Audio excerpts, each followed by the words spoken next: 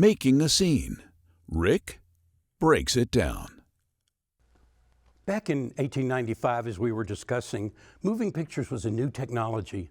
And even though stories were created and the feature was coming into its own in the silent era, scripts for those films were just beginning to take shape.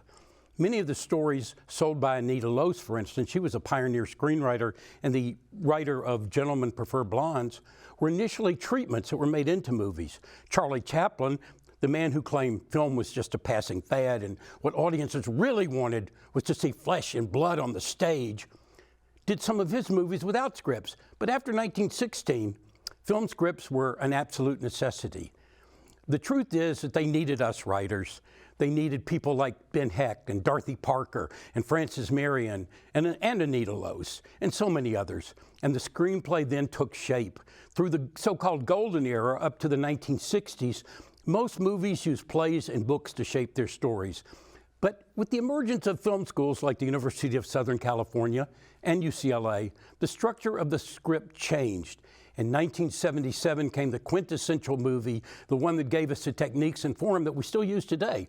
That, of course, was Star Wars. And the structure, form, pace, scene construction that packed the theater then still packs them in today. And that is what we will now look at, how to build great scenes. The first item to understand is what we mean by a scene. A production scene is often a shot. It is one slug line or a scene heading to the next, a camera change, if you will. However, us writers, scenes are different. They're longer, they're more involved. So let me define a scene for us as writers.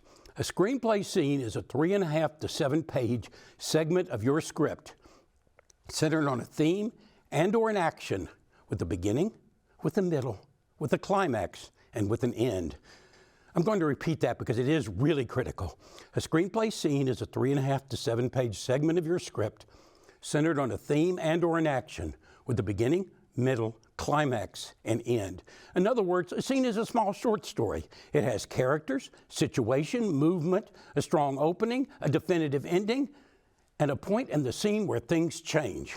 We'll take a look at more at that in other subsequent lessons, but for now, what's important is understanding that each scene, each of these little short stories, tells a larger story. And in that larger narrative, there are crucial elements that must be included. They are bridging in and setup, conflict, characterization, exposition, a really important one, reversal, and bridging out.